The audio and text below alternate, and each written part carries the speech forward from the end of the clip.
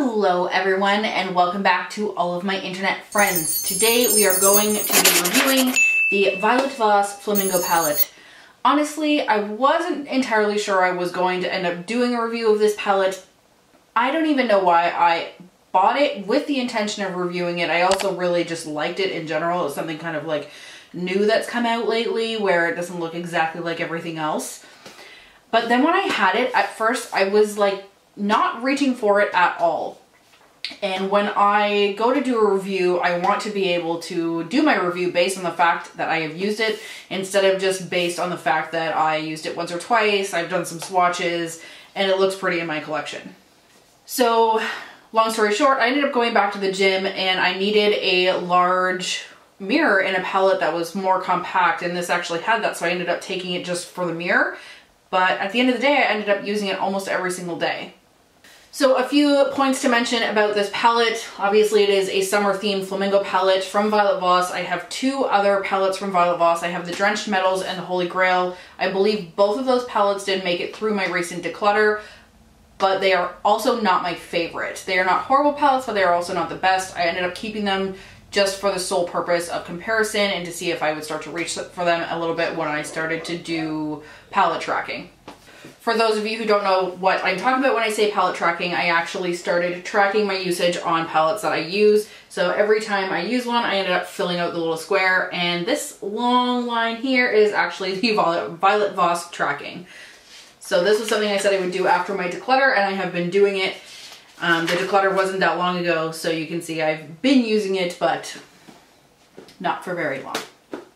So I did use this about 10 to 15 times. There was a few days that I missed tracking it. One thing I wanted to say first was about the packaging. The packaging is adorable. I feel like it's a little bit big, like it's a little bit thicker than it needs to be. So if you actually look at how thick it is quite a bit thicker than, say, the Lorac Pro, which obviously the pans are probably deeper. But as you've seen with like the chocolate bar, how they re-released it in a thinner packaging is something that's important to people. Mirror is very big. I'm not going to blind you with it, but the mirror is very big and very open, which I like. And like I said, that's the main reason I ended up taking this with me to the gym all the time. So these are what the shades look like. You can see my fingerprints in there quite a bit. This palette was $60 Canadian at Sephora, which breaks down to $3 per shadow and $1.60 per gram. So Violet Voss has always been a little bit more affordable. For those of you who don't know anything about Violet Voss, they are started as an e-commerce brand and now are being sold by Sephora as well as a few other places. I believe they're like at Ulta and Beauty Bay, and I'd have to look, but I will list where it's available down below. Somebody once asked me why I am so palette obsessed, and it is because it is just a better value for me, and the $3 per shadow is a great example of that, and I will use the Kat Von D Metal Matte, or sorry, the Metal Crush shadows as comparison. It is $28 for one of those shadows. And that is crazy in comparison to $3 per shadow. There is 20 shadows in this palette. 9 of them are shimmers, 9 of them are mattes, and 2 of them are somewhere in between. I don't feel comfortable calling them satins because they are not, but they are definitely not matte. The 2 shades that are kind of in between are Watermelon and Sunbathe, which are this guy here and this guy here. So they look matte in the pan, but when you actually look close, there is little flecks of glitter, so they are not technically matte shades. There is 1.8 grams of shadow in each one of these pans, so I will actually throw up some comparisons between this and, say, like the Nakeds and some other palettes that a lot of people have, so you can see what the comparison is. One other thing I would like to discuss is this actually says it expires in 24 months on the back, and I know that seems like it's not that weird, but I have been noticing lately that a lot of companies have been releasing eyeshadow palettes with a 6-month to 12-month expiry.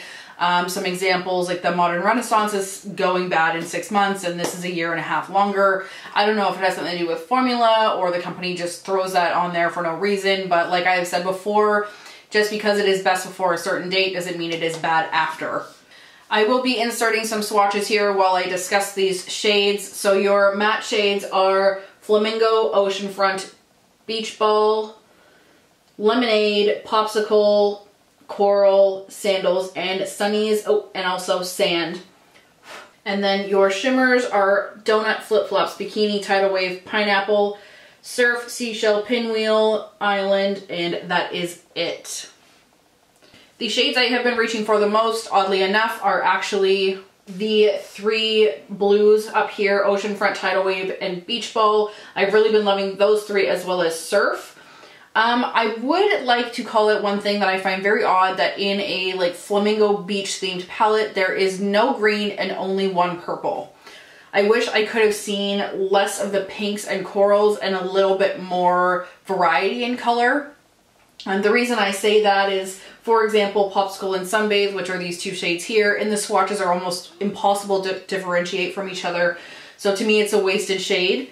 I appreciate that they put Sand and Sunnies in here. That Sand is just a all over the lid pre-blending shade, so you blend your other colors in there. And Sunnies is a matte black that is very, very pigmented. I haven't used Sunnies yet because I don't use black a lot, which I know I've also discussed on my channel before, but I know a lot of people do, so it's good that they put that in there to cover all of their bases. Flip Flop and Lemonade are probably my 2 least favorites, so that is this shimmer here, and then the yellow matte is Lemonade. Both of them are too light and don't show up the way that I want them to. I will call them out in my swatches as well, which ones I do and don't like. But the Tidal Wave shade, Surf shade, Seashell, and Pinwheel are all very, very impressive shades. If you are looking for a more summer-based palette and you like those brights and you like that kind of thing, I do actually recommend this. I'm not sure I totally am on board with the Canadian price point at $60 when you can get something like, I don't know, higher end in my opinion. Like if you like to pay for a name, you could pay a few dollars more and get something a little bit more higher end, where Violet Voss was supposed to be this like drugstore type Morphe competitor, and they just, to me, their price points are getting too high. It's like they're getting greedy. Overall, I do give this palette a 3 out of 5. I have been reaching for it a lot. I do really like it, but again, like I said, there's a few things that are missing for me. The quality is there for 90% of the shadows, but not 100% of them. The packaging is a little bit weird, and I do find myself reaching for it, but only because I am specifically reaching for the same shades, which I know a lot of people aren't going to be reaching for those blues. So I intentionally used today, I used Bikini, I used Beach Ball, Oceanfront, and I believe Watermelon, just to kind of mush the blue and the purple together. I did have to use Bikini with my finger. After I used it with my brush, for some reason it wouldn't stick on my eye.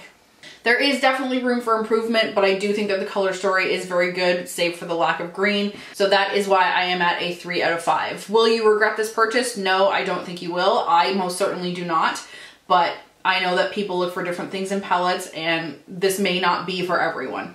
Anyway, guys, thank you so much for watching. I hope you enjoyed this review.